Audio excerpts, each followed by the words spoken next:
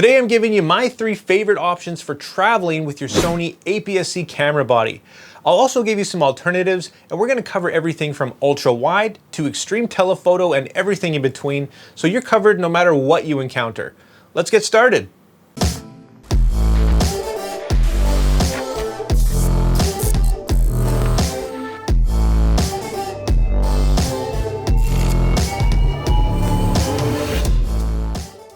So we're jumping right into my 3 favorite recommended lenses for your Sony APS-C camera system when it comes to traveling.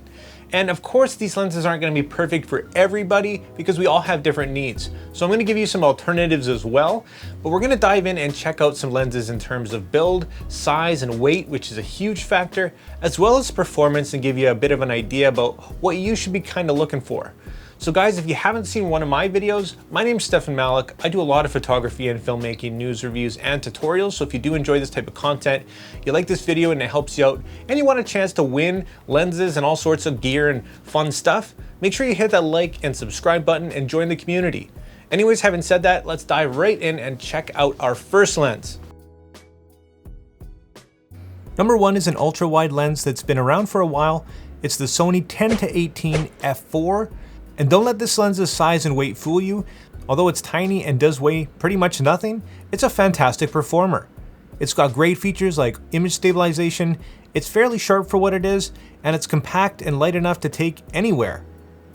At around $850 US, it's not a cheap lens, but I'd say for the money it's absolutely worth it.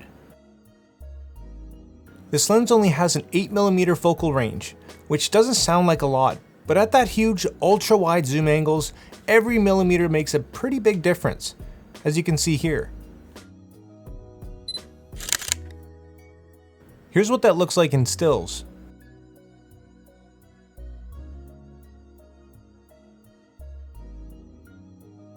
It's going to be great for things like real estate or interior shots, landscapes, or when you really want to add a big distortion look to your photos.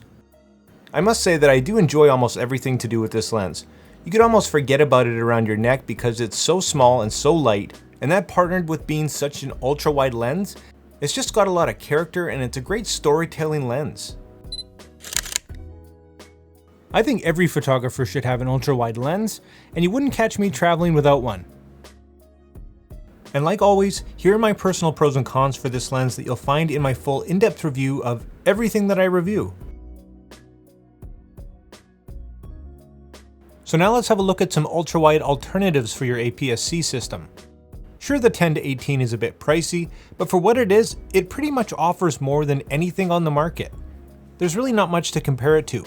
We've got the Sigma 16mm f1.4, which is a great lens and a great value, but just not as wide. There's also the miniature Sony 20mm f2.8, which is great when you want ultimate portability, but again, not really an ultra-wide at that point. There are also some ultra-wide manual options, but I'll leave that for a different video.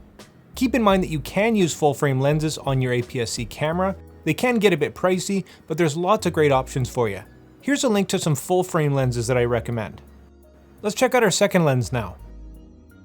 Number 2 on the list is a newer lens from Sony. It's the fast standard zoom we've all been waiting for, the 16-55 f2.8. And although extremely expensive, it does have the performance to back it up. Utilizing Sony's linear focus motors, its amazing autofocus is fast and silent, and its fast 2.8 is great for low light situations. Autofocus in stills was even better in my experience, human and animal eye autofocus working flawlessly. The focal range of 16-55 or a 24-82.5 equivalent makes this a great all-around shooter and very versatile lens. A standard zoom like this is probably going to be on my camera most of the time when I'm traveling. It's also got a relatively close minimum focus distance of about a foot, which will let you get up close and personal with your subjects. The bokeh of this lens for me was actually quite pleasant. It has 9 aperture blades, and well, you be the judge. When you pick it up, it feels very good. It's got a little bit of weight to it, and it's probably one of the better made G-series APS-C lenses. With the lens hood, it measures 5 inches long, and without it's only 3 7/8 inches long. Overall, it's just a great size and weight, something you can just throw in your bag and forget about and have a great lens when you need it. It's got a customizable focus hold button, as well as an automatic manual focus switch. On the back you'll find a nice sturdy metal mount, as well as a handy little rubber gasket for confidence, although it's still only rated as dust and moisture resistant. Do note that this lens does not have image stabilization, so unless you're using the a65 or 6600 that has IBIS, you won't have any image stabilization. And once again, here are my personal pros and cons for this lens.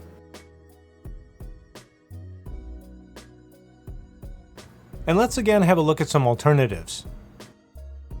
The Sony 16-55 f2.8 is the most expensive and one of the best quality lenses that you can buy for Sony APS-C cameras. There's also the incredibly popular 18-135 as well as the 18-105. Both of them are image stabilized, but the 18-105 f4 does have a unique power zoom and is more tailored for video shooters. If you're on a budget, both of these lenses are great value and come highly recommended.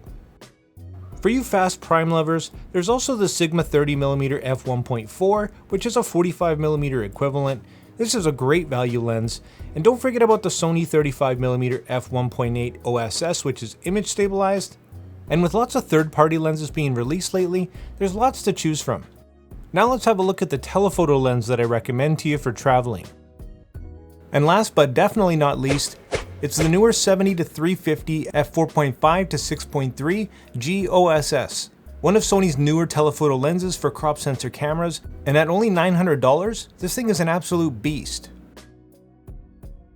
This lens is a great size and weight.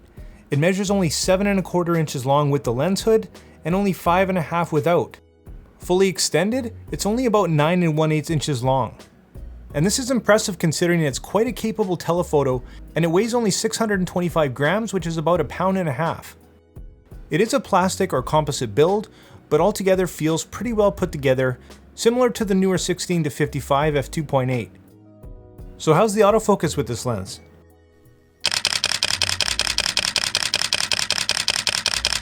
Long story short, it's awesome. Paired with any recent a6000 series camera, in my case the a6600, this thing is phenomenal. I average in the 90% for hit rate, regardless of what I'm doing, whether it's sports or wildlife.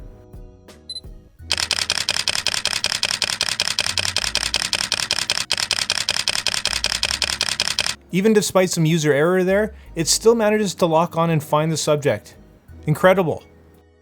And keep in mind this is a 105 to 525mm equivalent in full frame, and here it is next to my a7 III with my 100-400 G Master. Incredible difference. It's also got a great minimum focus distance, which, although it's variable, does allow you for some really creative and macro-like shots. Okay, so it's not the fastest lens, but what about sharpness? Well, it's actually a lot sharper than it has any business being. Value for money, I think this is one of the best telephoto lenses that you can buy for Sony. So it's an inexpensive, image stabilized, sharp, good size and weight, ultra zoom lens. What's not to like? Once again, my pros and cons. Let's have a look at some telephoto alternatives. So like I said, I think the 70-350 is the best value for money APS-C telephoto lens that you can buy. If you're just getting started out, or if you're on a massive budget looking for a smaller telephoto, you can check out the 55-210, which is basically a telephoto kit lens. There's also the extremely versatile 18-200. For what this lens is, it's quite expensive, and although quite convenient, that convenience does come at a cost, which is image quality. Remember, there's always full frame lenses that you can throw on your crop sensor camera, but if you're set on a crop lens, I gotta say, this one's really hard to beat. So once again, it's worth mentioning that everybody's in a different situation with different needs. All these lenses are going to play a different role, and it really comes down to your personal preference and shooting style. Budget's going to be another big factor, but at the end of the day, if you're going for a trip of a lifetime, I really suggest investing a little bit more into that glass so you get the best results possible.